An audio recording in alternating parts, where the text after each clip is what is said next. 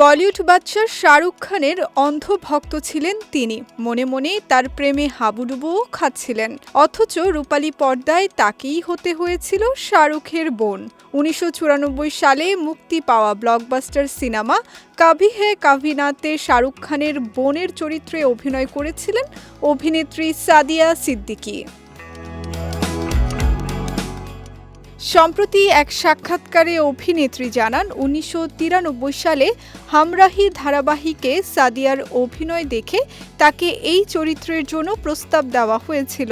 তবে শুরুতে চরিত্রটি করতে একেবারেই রাজি ছিলেন না সাদিয়া। কারণ হিসেবে তিনি জানান, শাহরুখের প্রতি তার মনে কোনো ভাই বোনের অনুভূতি ছিল না। সাদিয়া জানান, ছবির জন্য নির্বাচিত হওয়ার সময় তিনি বাস্তবেই শাহরুখের প্রেমে হাবুডুবু খাচ্ছিলেন। তার আশঙ্কা ছিল, শাহরুখকে নিয়ে নিজের সত্যিকারের ভালো লাগার অনুভূতি ক্যামেরায় ধরা পড়লে অভিনয়টা দর্শকদের কাছে বিশ্বাসযোগ্য নাও লাগতে পারে।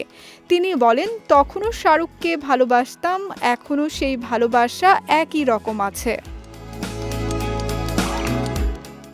সাদিয়া জানান, প্রথমে তিনি পরিচালকের কাছে শাহরুখের নায়িকার চরিত্রে অভিনয়ের ইচ্ছা প্রকাশ করেছিলেন।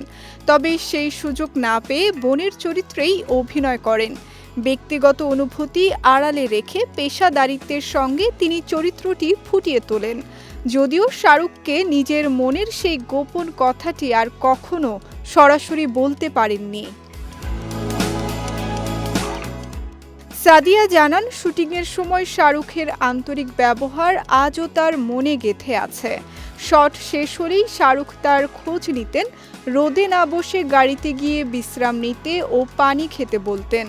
এমনকি তাকে নাকি জড়িয়েও ধরেছিলেন বলিউড বাদশা। সাদিয়ার ভাষায়, শাহরুখের এই যত্ন ও স্নেহ তার অভিনয় জীবনের অন্যতম স্মরণীয় অভিজ্ঞতা হয়ে আছে।